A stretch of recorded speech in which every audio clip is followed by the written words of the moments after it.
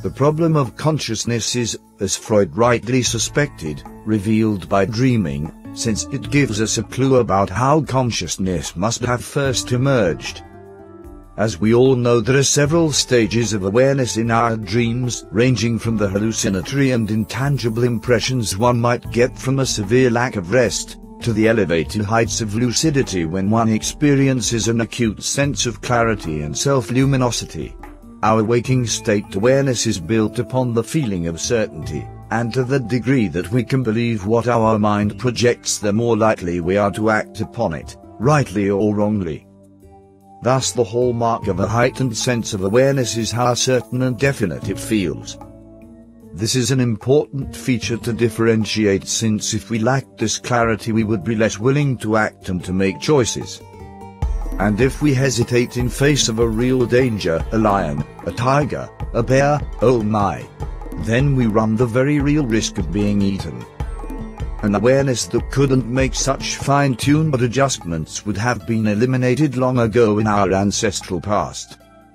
But herein lies the problem.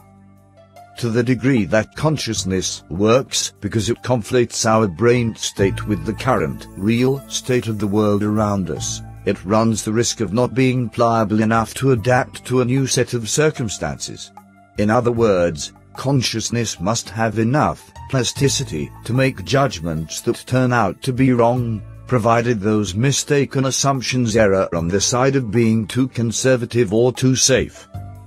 A classic example of this, albeit wildly overstated here for our purposes, is the hypothetical case of an animator versus a non-animator.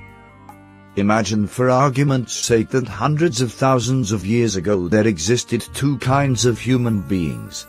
One who tended to believe in animism, whereby ordinary objects possessed an animated or vital or soul force replete with the same kind of intentionality, though perhaps more mysterious, than we have. The other human being lacked such animating tendencies and thus had a more limited way of deciphering the motivations or intentions of other objects. Now, let's further imagine that both of these individuals were brothers sitting around a campfire, and there was the sound of a rustling bush. The animator, given his predisposition to project Freud's transference writ early, imagines all sorts of possibilities, and because of the emotions he attaches to each, and keeping in mind the conservative nature of how such a state of awareness must have in order to survive, will on average try to protect himself and thus run and hide or protect himself under the worst case scenario. The non-animator, however, will do no such thing and in his realist approach most likely stay put and not animate anything whatsoever about the rustling bushes.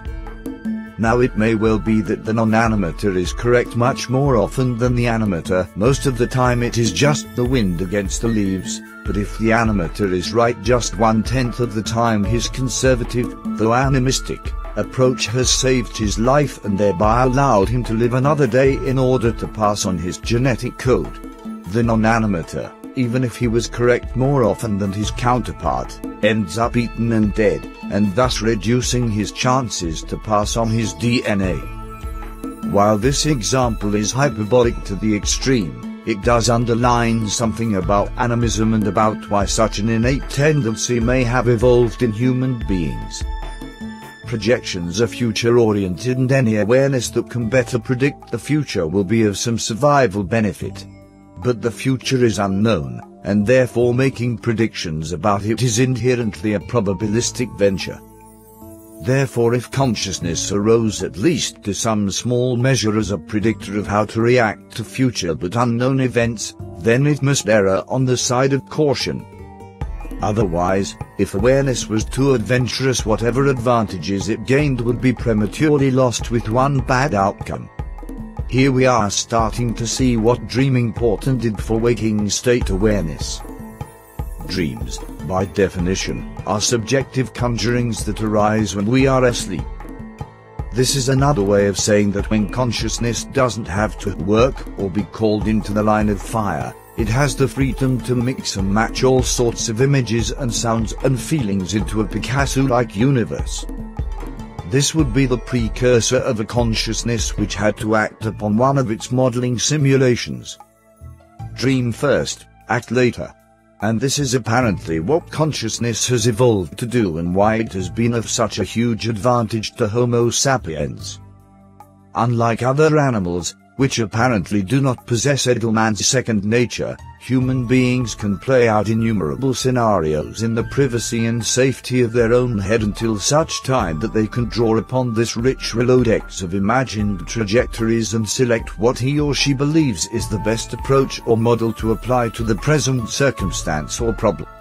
To appreciate how effective and powerful this tool can be for any competitive organism, just ask yourself this question: who would you rather have fly your airplane, a pilot who never underwent any flight simulations, or one who underwent hundreds of hours in a flight simulator?